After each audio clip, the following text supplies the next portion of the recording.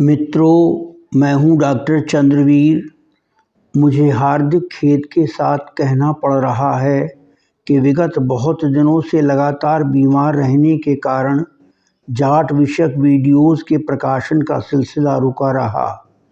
लेकिन ईश्वर की अनुकंपा और आप व्यूअर्स के आशीर्वाद से अब मैं पूर्ण स्वस्थ और सामर्थ्यवान हो गया हूँ। अतएव टूटे हुए विषय क्रम को पुनः जोड़ने का प्रयास करता हूँ। तो आइए प्राचीन इतिहास और वर्तमान के परिप्रेक्ष्य में जाटों के गुणकर्म स्वभाव की समीक्षा करते हुए पड़ताल करते हैं कि जाट में ब्राह्मणत्व यानी ब्राह्मणपन, क्षत्रित्व यानी क्षत्रियपन और वैश्यत्व यानी बनिएपन की प्रवृत्तियां और विशेषताएं निहित हैं।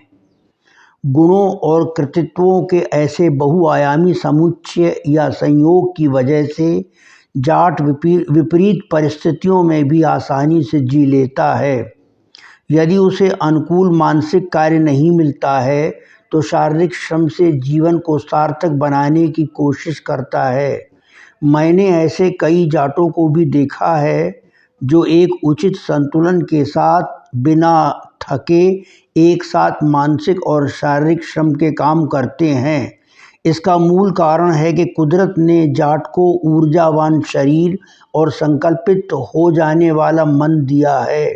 अपनी मनुजवंशीय विशेषताओं और परिस्थिति जन्य बौद्धिक एवं शारीरिक क्षमताओं के होने से जाट समुदाय ही समय समय पर विभक्त होकर ब्राह्मण, क्षत्रिय और वैश्य वर्णों में बंटता चला गया तथा स्वयं वर्णों से बाहर यानी वर्णहीन रहा। इस तथ्य को आज यूं भी कह सकते हैं कि जाट समुदाय आदिकाल से ब्राह्मणत्व, क्षत्रित्व और वैश्यत्व का बड़ा ही अनोखा समुच्चय या सम्मिलन रहा है। अभिप्राय यह है कि जाट की तुरंत बुद्धि ब्राह्मण के गुणों से युक्त, तर्क प्रधान और वैज्ञानिक तथ्यों को सहज रूप से मानने वाली है। जाट की भुजाएं क्षत्रिय की शक्ति से युक्त, आत्मसम्मान की रक्षक और आतताइयों को दंडित करने वाली हैं। जीवन यापन के लिए जाट परिश्रम में विश्वास करता है। इसकी व्यवहारिक कार्यशैली वैश्य के गुणों से व्यवहृत रही है। जाट में निहित इन तीनों वर्णों के उदाहरण इस प्रकार हैं। ब्राह्मणत्व में होने के कारण ऋग्वैदिक कालीन चंद्र और भरतवंशी कुशिक पुत्र विश्वामित्र महाराजा सुदास के राजपुरोहित थे। किंतु जब सुदास से रुष्ट होकर चले गए तो सुदास का विजय अभियान रोकने के लिए परशुनी या रावी नदी के तट पर हुए प्रसिद्ध 10 राज्य युद्ध में 10 अनार्य और असुर राजाओं की सम्मिलित सेना के सेनापति होकर युद्ध लड़ा। इस युद्ध में परास्त होकर संन्यास लिया और कठोर तपश्चर्या से ऋषि कहलाए। गायत्री छंद में प्रकाशित उनके कई मंत्र ऋग्वेद में संकलित हुए, जिन्हें गायत्री मंत्र कहा जाता है। ब्राह्मणों के धर्म और शिक्षा के गुणकर्म जाटों में आज भी दिखाई पड़ते हैं। अनेक जाट विद्वान शास्त्री यानी शास्त्रों के जानकार, उपदेशक, आध्यात्म गुरु और यज्ञ आदि कर्मकांडों के कराने वाले पुरोहित हैं। निम्न से उच्च शिक्षा स्तर के अध्यापक, प्राध्यापक हैं तथा ब्राह्मणों के सदृश बौद्धिक कार्य कर रहे हैं। रगों में क्षत्रियपन होने के कारण ही जाटों में अदम्य साहस, अतुल वीरता और शौर्य पराक्रम जैसे अमूल्य गुण हैं, जिनके सहारे इन्होंने अनेक ऐतिहासिक युद्ध लड़े और कठिन से कठिन विजय श्री प्राप्त की है। इनकी अद्भुत बहादुरी और जान की बाजी लगाकर रण जीतने की जिद को भांपते हुए अंग्रेजों ने जाट रेजिमेंट की स्थापना की थी। जाट रेजिमेंट के वीर सैनिकों ने प्रथम और द्वितीय विश्व युद्ध में सर्वाधिक बलिदान देकर सर्वाधिक वीरता पदक प्राप्त किए हैं। जाटों का युद्ध और विजय का इतिहास अत्यंत प्राचीन है, जिसका वर्णन देव संहिता और महाभारत महाकाव्य में किया गया है। ईसा से 4 शताब्दी पहले इतिहास के पिता कहलाने वाले ग्रीक इतिहासकार हेरोडोटस ने लिखा है कि no race in the world could match the Jats in bravery, अर्थात संसार की कोई भी जात बहादुरी में जाटों का मुकाबला नहीं कर सकी है। इसी के समकालीन एथेंस के सेनापति और प्रसिद्ध इतिहासकार यूसीडीएस अपनी पुस्तक the history of the Peloponnesian war में एक स्थान पर लिखते हैं कि there was no nation either in Asia और Europe that was able to stand against the Jats, अर्थात एशिया अथवा यूरोप में कोई राष्ट्र यानी कोई जाति नहीं है जो जाटों के मुकाबले में खड़ी रह सके। अनेक देशी विदेशी विद्वानों ने जाटों की वीरता धीरता की भूरी भूरी प्रशंसा की है। इनकी बहादुरी और विजय गाथाओं से विश्व का इतिहास भरा पड़ा है, जो इनके सच्चे क्षत्रिय होने का प्रमाण है। अपने शास्त्रधर्मी गुणों के कारण ही जाट आज भी पुलिस और विविध सैन्य बलों में बड़ी संख्या में भर्ती होकर राष्ट्र की सेवा कर रहे हैं और आंतरिक सुरक्षा का कवच बने हुए हैं तथा शत्रुओं पर नज़र गड़ाए सरहदों पर मुस्तैदी से तैनात हैं। ब्राह्मणत्व और क्षत्रित्व के साथ साथ जाटों में वैश्यत्व यानी बनियागिरी भी निहित है। बनिया का गुण होने के कारण ही जाट आरंभ से पशुपालन और खेती बाड़ी करते आए हैं। जाटों से उन्नत कृषि देश में तो क्या दुनिया में कोई और भी समुदाय नहीं करता है। अतएव जाट समाज बहुत बड़ी संख्या के भरण पोषण के दायित्व का निर्वाह करता है तथा वास्तव में अन्नदाता है। वैदिक युग में जाट विनिमय पद्धति द्वारा खाद्यान्न देकर अपने उपयोग की दूसरी वस्तुएं खरीदता था। 7वीं शताब्दी में जमीन छिन जाने के कारण सिंध के जाट व्यापारी हो गए थे।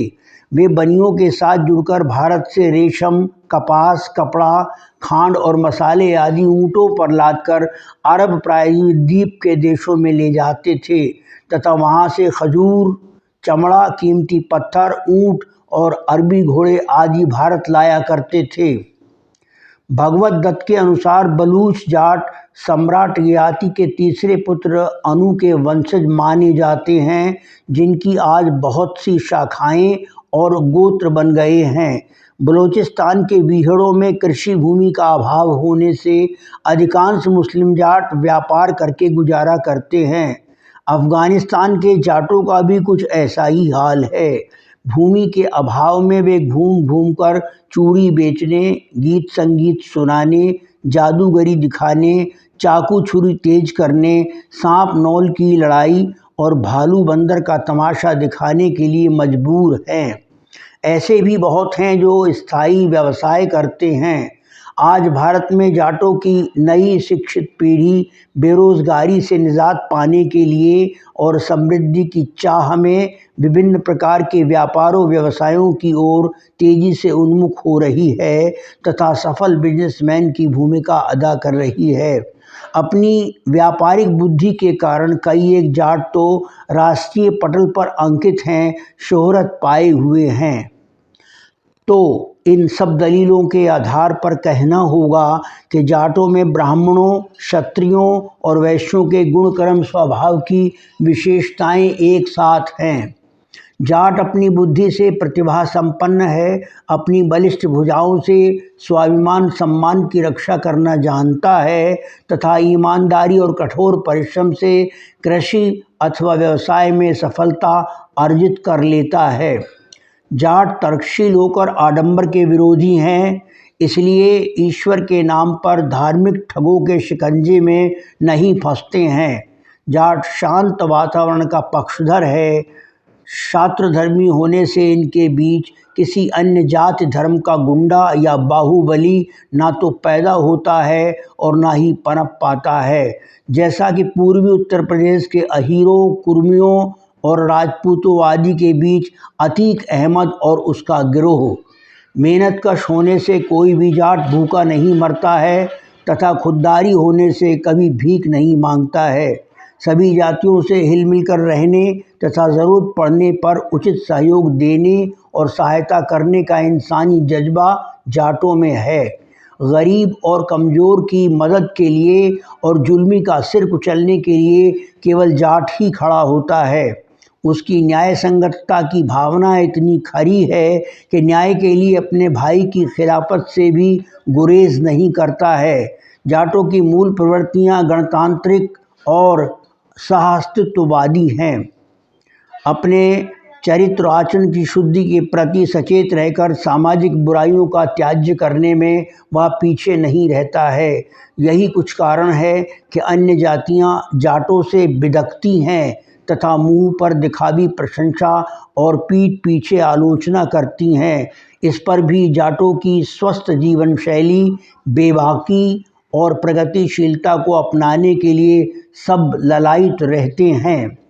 मित्रों, यदि आपको ये वीडियो अच्छा लगा हो तो इसे लाइक करें, शेयर करें और यदि चैनल को अभी तक सब्सक्राइब नहीं किया है तो सब्सक्राइब करें। पूरा वीडियो देखने सुनने के लिए आपका साभार धन्यवाद। नमस्ते।